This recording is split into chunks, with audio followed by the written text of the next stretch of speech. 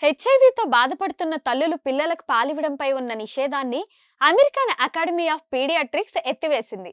HIV తల్లులు కూడా పిల్లలకు పాలివ్వచ్చని స్పష్టం చేసింది. తల్లిపాల ద్వారా బిడ్డకు వైరస్ సోకే ముప్పును 1%కే పరిమితం చేస్తున్నట్లు హెచ్ఐవి అధ్యయనానికి నేతృత్వం వహించిన నిపుణురాలు తెలిపారు. ఇదివరకు తల్లిపాల నుంచి పిల్లలకు వైరస్ సోకే ముప్పు 30%గా ఉంటే ప్రస్తుతం అది 1%కి తగ్గింది.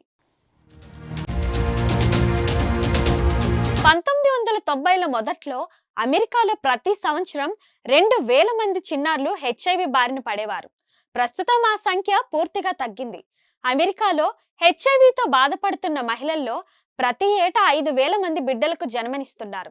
హెచ్ఐవి తల్లులు బిడ్డలకు తల్లిపాలు ఇవ్వొద్దంటూ వైరస్ వెలుగు చూసిన తొలినాళ్లలో అమెరికన్ అకాడమీ ఆఫ్ పీడియాట్రిక్స్ ప్రతిపాదించింది. ఇప్పుడు చికిత్సా విధానాలు పెరగడం, హెచ్ఐవి వ్యాప్తిని అదుపులో ఉంచే మెరుగైన మందులు అందుబాటులోకి రావడంతో ఈ నిషేధాన్ని వెనక్కి తీసుకుంది.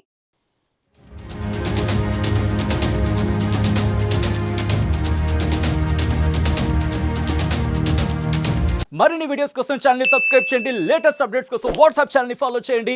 అండ్ లింక్ డిస్క్రిప్షన్ లో ఉంది.